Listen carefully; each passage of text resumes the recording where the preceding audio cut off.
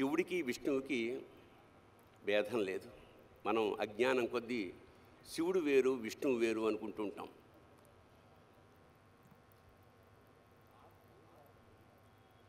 శివుడు నిరంతరం ధ్యానం చేసేది విష్ణువుని.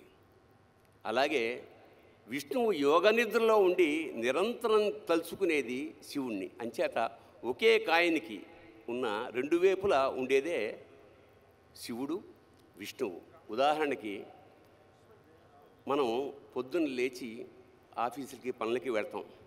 వెళ్ళినప్పుడు మనం డ్రెస్ వేసుకుంటాం, సూట్ వేసుకుంటాం, వాచ్ పెట్టుకుంటాం, ఉంగరాలు పెట్టుకుంటాం. ఆడవాళ్ళైతే నగలు ధరిస్తారు. అలంకరణ అంతే. అలంకరణ ప్రియో విష్ణు, అభిషేక ప్రియో శివ. అలంకరణలో ఉండే విశేషం ఏమిటంటే విష్ణు తత్వం.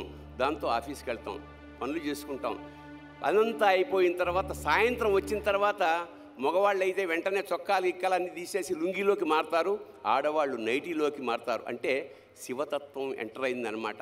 ఇక్కడి నుంచి రీఛార్జింగ్ ది బ్యాటరీ అంటే రిలాక్స్ అవుతాం, పడుకుంటాం, పొద్దున్న కల్లా ఎనర్జైజ్ అవుతాం, మళ్ళీ విష్ణుతత్వంలోకి ఎంటర్ అవుతాం. సో పగలల్లా మనకి శక్తినిచ్చేది విష్ణుతత్వం అయితే మనలో బ్యాటరీ ఛార్జ్ చేసేది శివతత్వం. ఇది తెలుసుకోలేక మనం నిరంతరం జీవితాంతం నేను శివతత్వంలోనే ఉంటాను, పడుకుంటా అంటే పెళ్ళాం గెంటేస్తుంది. అలాగే నిరంతరం విష్ణుతత్వంలో ఉండడం అసాధ్యం. అంచేత శివ విష్ణువులు ఒక్కరే. అందుకని ఎంత మోసగాడివయ్యా శివ, నువ్వు ఎంత వేషగాడివయ్యా శివ, ఎంత మోసగాడివయ్యా శివ, నువ్వు ఎంత వేషగాడివయ్యా శివ, నువ్వు ఎంత వేషగాడివయ్యా శివ.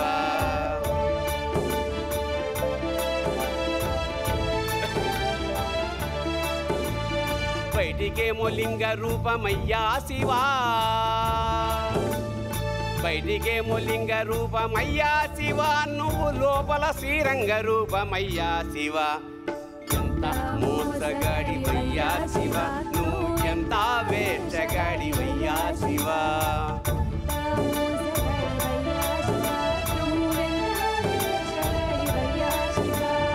పైన మూడు నామాలేనయ్యా శివా,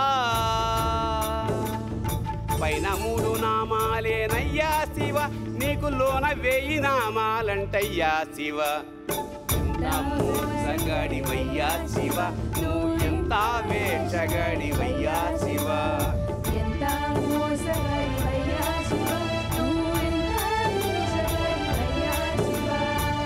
పైనే అభిషేకాలయ్యా శివా, పైనే అభిషేకాలయ్యా శివ, నీకు అలంకారమంట లోపలయ్యా శివ. ఎంత మోసగాడివయ్యా శివ, నువ్వు ఎంత వేషగాడివయ్యా శివ.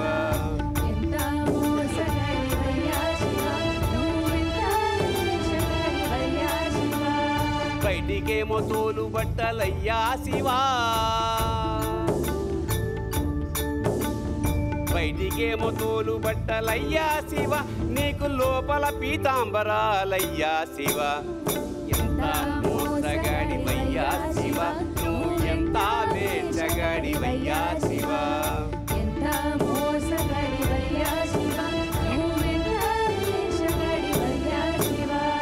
వల్లగాడే వైకుంఠమయ్యా శివా, వల్లగాడే వైకుంఠమయ్యా శివ, నీకు కాలకూటమే అమృతమయ్యా శివ. ఎంత మోసగాడివయ్యా శివ, నువ్వు ఎంత వేషగాడివయ్యా శివ.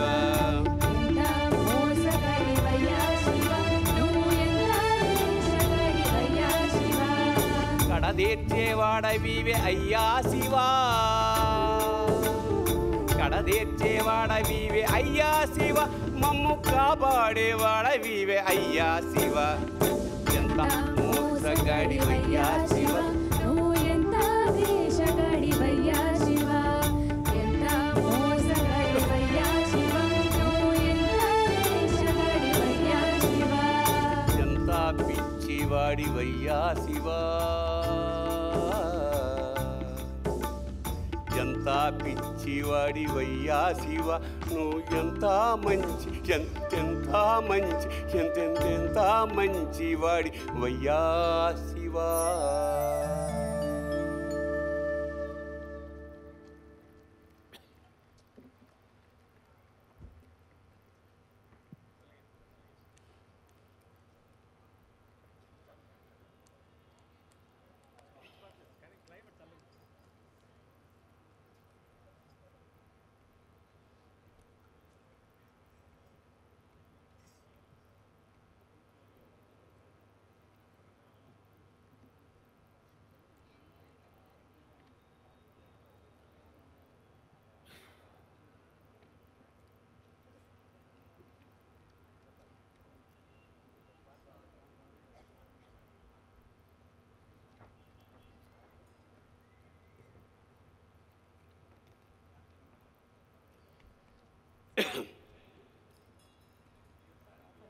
అంతే. ఒకసారి నేను ఆటగదరా శివ గానం చేయడానికి మా టీంతో శ్రీశైలం వెళ్ళాను. అక్కడ మేమందరం పాట పాడాక అభిషేకం చేసుకుంటుంటే ఒక పెద్ద ఆవిడ వచ్చింది. తెల్లటి విభూది, తెల్లటి జుట్టు, వయసు ఒక 70 ఏళ్ళు ఉంటుంది. ఆవిడ అభిషేకం చేస్తూ ఈ జన్మకి ఇంతేరా మల్లన్న అంది. అంటూ ఆవిడ కన్నీటి బొట్టుని శివలింగం మీద జారవిడిచింది. అంటే ఒక విధమైన ఉద్వేగంతో స్టన్ అయిపోయాను నేను. ఎన్ని క్షీరాభిషేకాలు చేస్తే ఇంత పుణ్యం దక్కుతుంది? కన్నీళ్లతో స్వామిని అభిషేకించి ఈ జన్మకి ఇంతేరా మల్లన్న అంది. మల్లికార్జున స్వామిని మల్లన్న అని చాలా ప్రేమగా పిలుచుకుంటారు. ఈ జన్మకి ఇంతేరా అంటే శ్రీశైల శిఖరం దృష్ట్యా పునర్జన్మ నవిద్యతే. ఒకసారి శ్రీశైల శిఖరం కనుక వస్తే ఇక జన్మరాహిత్యం అనేది మన వాళ్ళు చెప్తూ ఉంటారు. అలాంటిది ఈవిడ ఈ జన్మకి ఇంతే అంటుంది. చాలంటోంది ఏమిటి అంటే ఇదే లాస్ట్ టైమా లేదా ఇదే ఫస్ట్ టైమా నాకు అర్థం కాలేదు. అప్పుడు నాలో ప్రయత్నంగా ఈ జన్మకి ఇంతేరా మల్లన్న అన్న వాక్యం రాత్రంతా తిరుగుతోంది. అప్పుడు పుట్టిన పాట ఈ జన్మకి ఇంతేరా మల్లనా, ఈ జన్మకి ఇంతేరా మల్లనా, ఇంకో జన్మ నాకీ మల్లనా, ఈ జన్మకి ఇంతేరా మల్లనా, ఇంకో జన్మ నాకీ మల్లనా.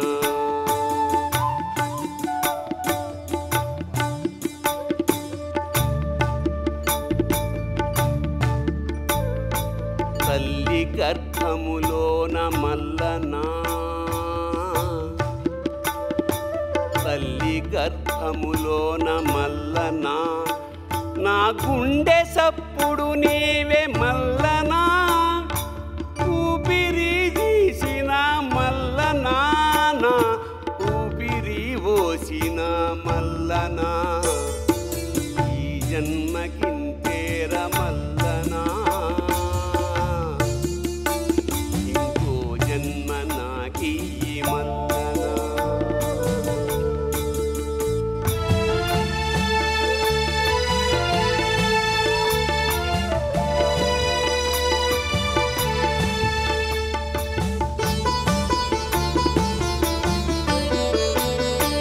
వచ్చేటి జన్మాన మల్లనా, వచ్చేటి జన్మాన మల్లనా, నన్ను మారేడాకును చెయ్యి మల్లనా, మారేడు దళమునై మల్లనా, శిరమున నిమిషమున్నాదాలు మల్లనా, వచ్చేటి జన్మాన మల్లనా, నన్ను మారేడాకును చెయ్యి మల్లనా, మారేడు దళమునై మల్లనా, శిరమున నిమిషమున్నాదాలు మల్లనా.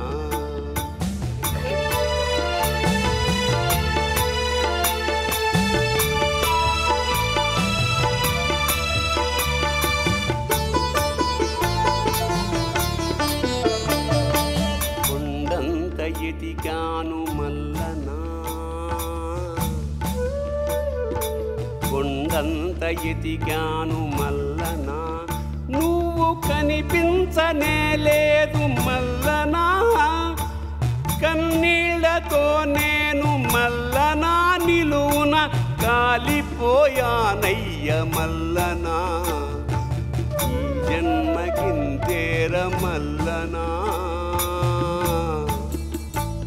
ఇంకో జన్మ నాకీ మల్లనా.